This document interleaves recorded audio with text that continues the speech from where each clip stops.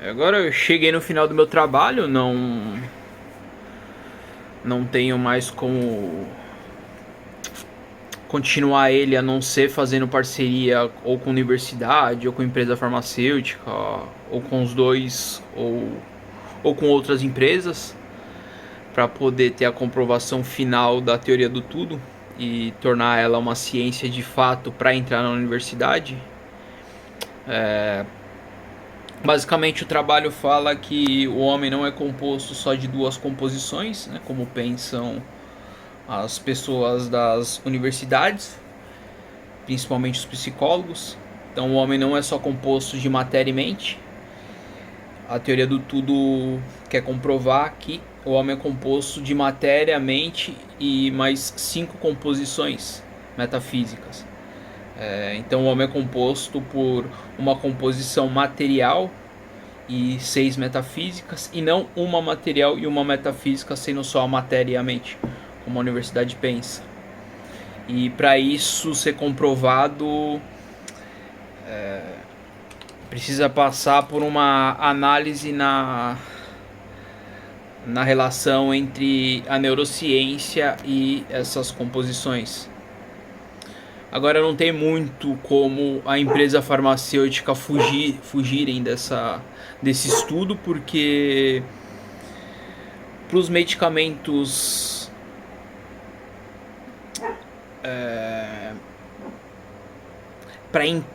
para fazer com que os medicamentos realmente funcionam, precisa entender.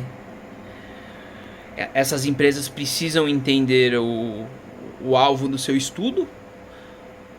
Então, se o homem não é composto só de matéria e mente e é composto de outras composições, elas precisam entender essas composições, já que essas composições alteram a parte neural humana. E para fazer os medicamentos que vão ter alguma eficácia, elas têm que entender essa relação entre as composições e a parte neural humana. Então é isso. Então eu preciso fazer essa parceria. E enquanto isso não sai, eu vou continuar estudando e escrevendo sobre o metafísico e outras coisas. E para isso, agora eu preciso tirar uma licença para 100 pés de cannabis, para plantar 100 pés de cannabis por ano.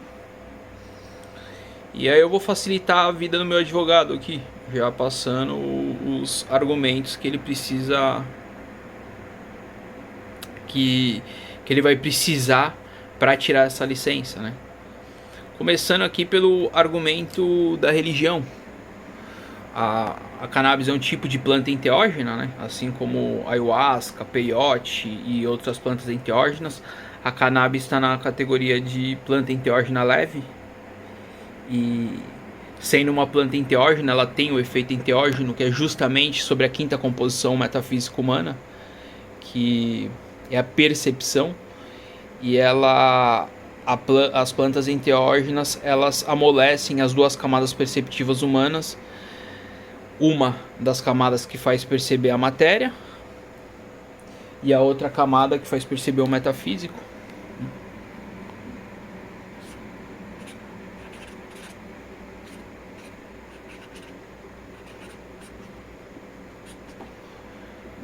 E ao amolecer essas duas camadas perceptivas, permite o homem religar essas camadas, que é de onde vem a palavra religião, e religando essas duas camadas, o homem consegue perceber o metafísico enquanto percebe a matéria. Então, uma das principais relações na história da humanidade entre essas plantas e as diferentes culturas é na parte religiosa, justamente pelo fato de ela servir para religar as camadas perceptivas. E provavelmente a palavra religião deriva daí, dessa relação entre as plantas enteógenas e as diferentes culturas. Então, dentro do direito, não existe argumento religioso, né? Tanto é que é permitido no Brasil o uso de plantas enteógenas para fins religiosos. Então não existe argumento na religião. E aí dentro dos argumentos da arqueologia e história também não existem, pois existem diversos livros que falam da relação entre a cannabis e as religiões. E isso é comprovado através da história e da arqueologia, né? A gente tem The Psychedelic Gospels, do Jerry Brown e da Julie Brown. Tem o Mushroom Meat and Mitra, do Carl Hook, Mark Huffman e José Alfredo. Tem o Mushroom and Manquinas, do James Arthur. Tem o Sacred and the Mushroom of the Gods, do Carl Hook. Tem Plantas of the Gods, do Richard Schutz, Christian Heft e Albert Huffman. Tem o God and Psychedelics, do Dan Latin. Enfim, tem uma série de livros, não só esses livros, existem outros também, outros vários livros que comprovam que há uma relação entre religião e a história das diferentes culturas. Então, dentro do direito, a gente não tem argumentos nem na religião, nem na arqueologia, nem na história. E na parte da economia, a cannabis é a planta com maior capacidade industrial. Então ela é um insumo que permite fabricar o maior número de artefatos para o uso humano. E além disso ela tem uma capacidade muito rápida de crescimento, então permite uma produção muito gigantesca desses produtos, né? Permite uma produção mais rápida, o que engaja na economia. Então não existe argumento também na economia, e a visão de proibição dela está dentro de uma falsa economia. No vídeo em que eu falo sobre erros acadêmicos, eu falo sobre isso daí. Dando um resumo sobre o erro acadêmico que tem sobre a economia, a gente tem uma visão econômica em que as relações de causa e consequência entre o dinheiro, o homem, as necessidades básicas e a natureza funciona nessa ordem. Então é como se o dinheiro gerasse o homem gerasse as necessidades básicas e as necessidades básicas gerassem a natureza, quando na verdade não é assim que funciona. As relações econômicas entre esses quatro, para explicar nas relações entre causa e consequência, que é como o mundo físico funciona, ela é natureza, que gera as necessidades básicas humanas, como água, alimento, medicamento e matéria-prima para vestimentas, para produzir meios de locomoção, como barco e charrete, enfim. Então, a natureza produz meios para as necessidades básicas existirem, o homem existe porque essas necessidades básicas existem, e o dinheiro é algo produzido a partir do homem. Então, essa seria uma verdadeira economia, tá? E a proibição da cannabis, ela tá dentro dessa visão de falsa economia. Então a gente já soma o argumento da religião, da arqueologia, da história e da economia, o que vai enfraquecendo mais, cada vez mais, essa visão da proibição da planta dentro do direito. E aí a gente tem na parte da ciência política, que a proibição da planta gera uma série de problemas, e dentro da ciência política a lei serve para ordenar uma sociedade, não para gerar um caos, né? E a gente começa aqui primeiro vendo que ao proibirem as 3 plantas enteógenas que eram para estarem no mundo todo, como por exemplo a cannabis, a coca-mama, né, que é a folha de coca vindo da planta da coca, e o suco do ópio, que vem da papoula sonífera, proibindo essas 3 plantas, a coca-mama, a cannabis e a papoula sonífera, qual foi o efeito disso? O efeito disso foi a geração de drogas sintéticas para substituírem, como por exemplo, criaram a cocaína e o crack, que acabou substituindo a folha de coca, né, porque a folha de coca era proibida, e criou-se a heroína para substituir o suco do ópio. Então foi uma lei que, ao proibir as plantas enteógenas, gerou-se uma drogadição, que é uma falsa lei, que gera um problema gigantesco. E por essas substâncias estarem proibidas, gera a guerra do tráfico também, por causa da proibição das plantas enteógenas. Então gera um caos. E a lei, ela serve para gerar ordem, não caos.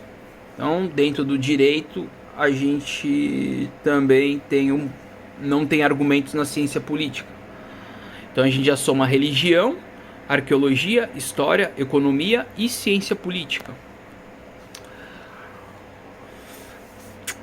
E tem a questão do projeto ProErd no Brasil, né, cara? O projeto ProErd é um projeto que associa cocaína, crack a cannabis. E associar essas três coisas é fazer marketing pro crack e pra cocaína. Então, é um projeto feito por policiais dentro das escolas em que serve de marketing para as drogas sintéticas, né? Você não pode comparar planta enteógena com droga sintética, que são efeitos diferentes. Um tem efeito entourage e a outra não tem.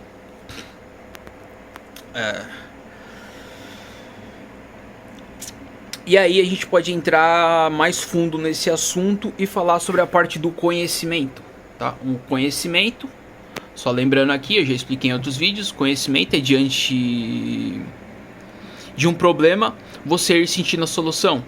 E como o mundo físico funciona através de causa gerando consequências, para você fazer o caminho oposto, indo da consequência para a causa, você tem que fazer o sentido metafísico.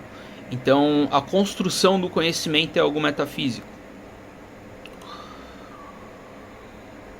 E, como por exemplo, a própria construção do conhecimento sobre o físico, ela é metafísica. Como por exemplo, se você pensar num barco ali fora da sua casa, esse barco não vai existir.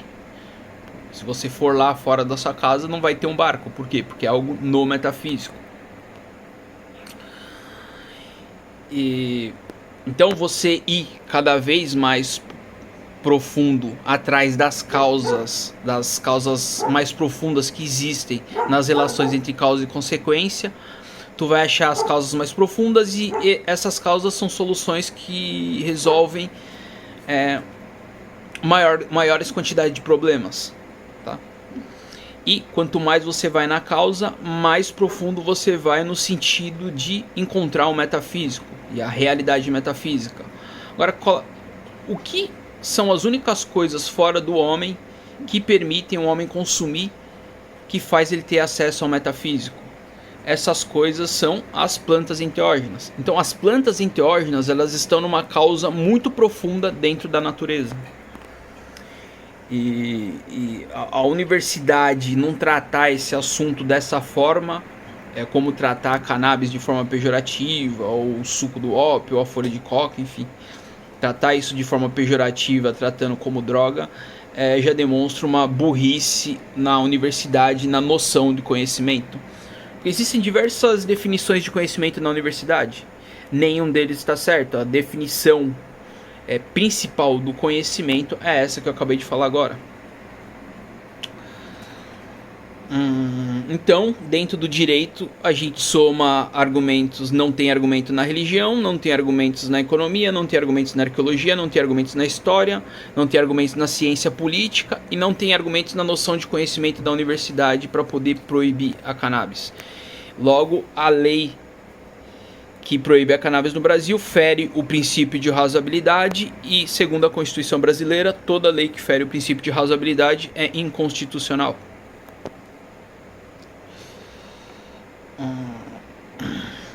E aqui a gente pode somar até na parte de ciências sociais, né, que a proibição das plantas enteógenas, elas talvez mataram mais pessoas do que a SCRA, né, não vou falar o nome inteiro, e do que os NAS, né. Então, e é uma perseguição no mesmo estilo, né, porque é uma perseguição às pessoas enteógenas, né, que são as pessoas de diferentes culturas que consomem as plantas enteógenas, que dentro de uma leitura mais profunda das diferentes culturas eram as pessoas mais importantes da antiguidade, né? Que eram os xamãs, vamos dizer assim. Então não tem argumentos também nas ciências sociais. Lembrando só que a Teoria do Tudo é talvez a única obra de filosofia completa do Brasil, né? Que passa em todos os argumentos da filosofia, né? Não existe nenhuma obra de filosofia completa no Brasil, a não ser a Teoria do Tudo.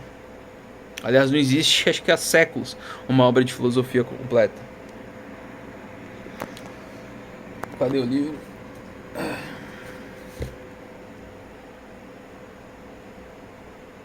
Liga que tá meio sujo.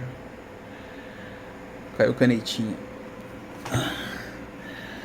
Então aqui eu tô facilitando o trabalho do meu advogado, tá? Pro plantio do 100 pés, né? Demonstrando aqui que no direito não tem argumento para banir. O meu estudo metafísico, principalmente, né? Utilizando as plantas para estudo metafísico.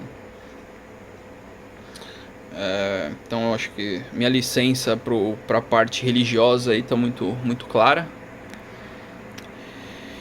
E então lembrando que eu tô procurando agora fazer uma parceria para passar esse trabalho da teoria do tudo e comprovar de forma que ela é uma ciência de fato para isso entrar na universidade, tá? Então quem quiser fazer parceria e quiser entrar em contato, seja bem-vindo. E eu acho que é só isso. Deixa eu ver. Outra coisa, quanto mais você conhece as 7 composições, maior é o teu QI intuitivo, né? Então dá para medir o QI intuitivo através das 7 composições. Quanto mais você vai conhecendo as composições, mais você consegue raciocinar. Então, é isso.